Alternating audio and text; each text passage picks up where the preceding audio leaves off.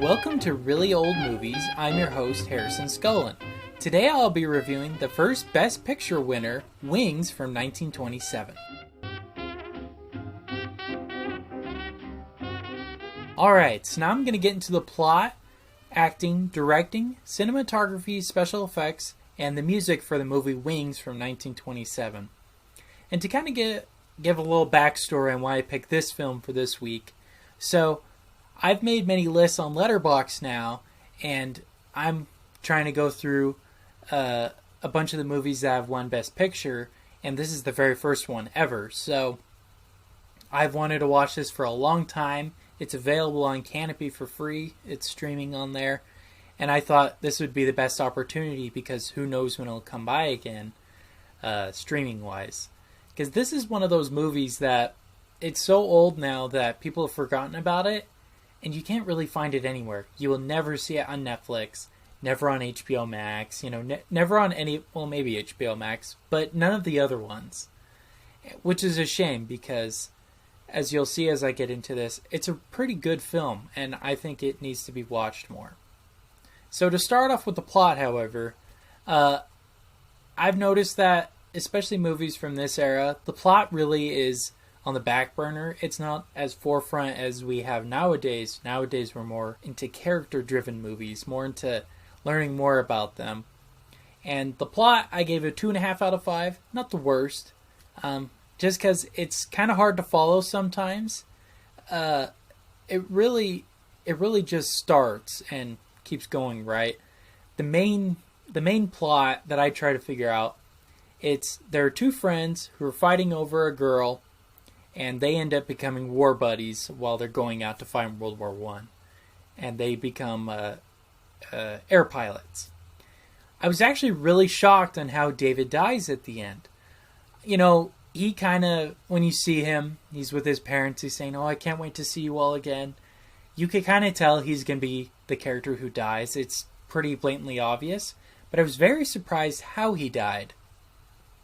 I thought his plane was going to be shot down and dies, in a heroic fashion, right? But it's even more tragic than that. He does get shot down, but he doesn't die from that. And he escapes being captured by the Germans because he's deep in enemy lines. And he finally finds a plane from the German side and escapes in that.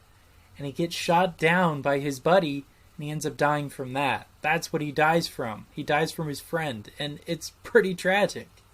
I was not expecting that at all. I was very impressed with that. But other than that, the plot was kind of ho-hum. I really didn't like some of the characters, and I'll get more into that in acting. The ones I really liked, though, were Jack and David. They were probably the best connection and best actors in the movie. So that leads me to acting. I gave a 4 out of 5. Like I said, I love David and Jack's connection. They were really good friends. And I really liked how they were able to reconcile with each other. Because they've been fighting, kind of back and forth throughout the whole movie. But at the very end, when David dies, they're finally able to lay to rest their contention with each other. And that was really, really cool. Clara Bow, who's a famous actress during this era, I really think they just added her because she has a pretty face and because she was popular, which isn't uncommon. I mean, we still do that now, right? But she was kind of useless. Her character was really annoying. I could honestly see why Jack didn't like her. I didn't like her character at all, and I didn't like how they ended up together at the end. But that's just how it was, I guess, right? So, other than that, though, I gave a 4 out of 5. Very impressive stuff. Very realistic. Now, directing-wise, I also really liked. I gave a 4 out of 5. Absolutely loved the sets and the scenes that were set up. It was very real, very gritty. Very impressed with how realistic everything was. I mean, we have to think, this is 1927. That's 95 years ago. They were able to make some more realistic battles and realistic scenes than most movies nowadays who have CGI do. That's pretty impressive. And kind of makes you sad that we don't use more practical effects. So, yeah. The director, though, he was very good at staging the scenes and getting the actors to do what he wanted them to do. Very impressed with that. Then that leads to cinematography and special effects. I gave a 5 out of 5. Very impressed. Loved the stunts. You could tell in some scenes, you could kind of see the shadow of a camera on the pilot's face. They're actually flying those planes in some scenes. Really cool. That just tells you there's a guy, either a guy or somehow they attached it on top of the plane, and it's just right in his face, right? Very impressive stuff there.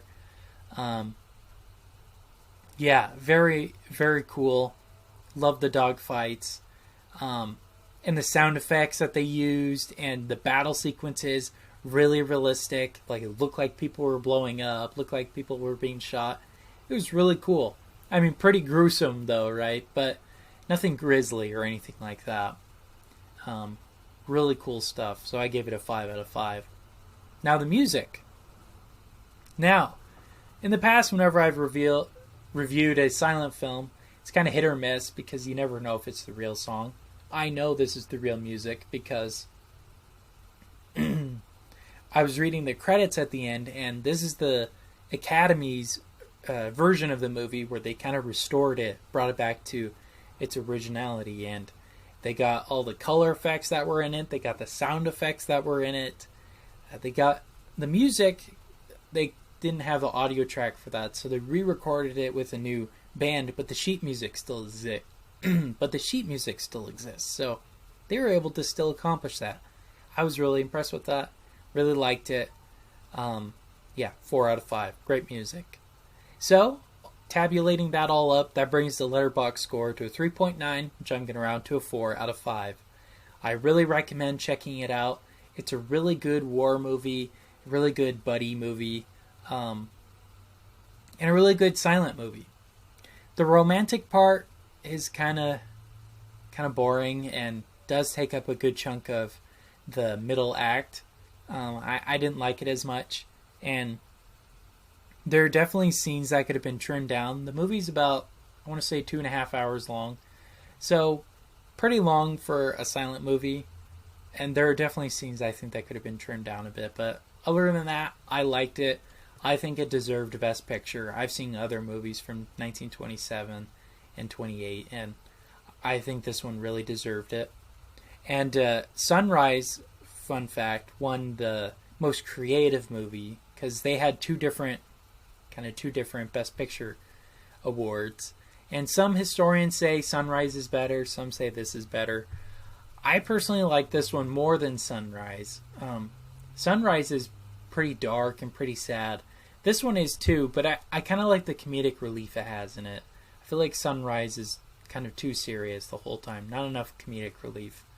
But, like I said, like the movie. I recommend checking it out. It's on Canopy. Hopefully for a while. I'm not sure how long. And if you want to buy it, though, I've seen it on Amazon. And the Academy website, they sell it there.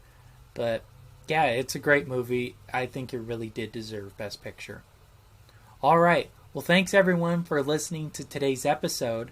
And we're sponsored by Anchor. And that's where new episodes are uploaded and then distributed to Spotify and Apple Podcasts. So go ahead and follow us there, too, on Apple Podcasts and Spotify. And new episodes are released Fridays at 8 p.m. Pacific Standard Time. And each week I post on Instagram and Facebook behind-the-scenes facts about the week's particular film. All right. Well, thanks again for listening to today's episode.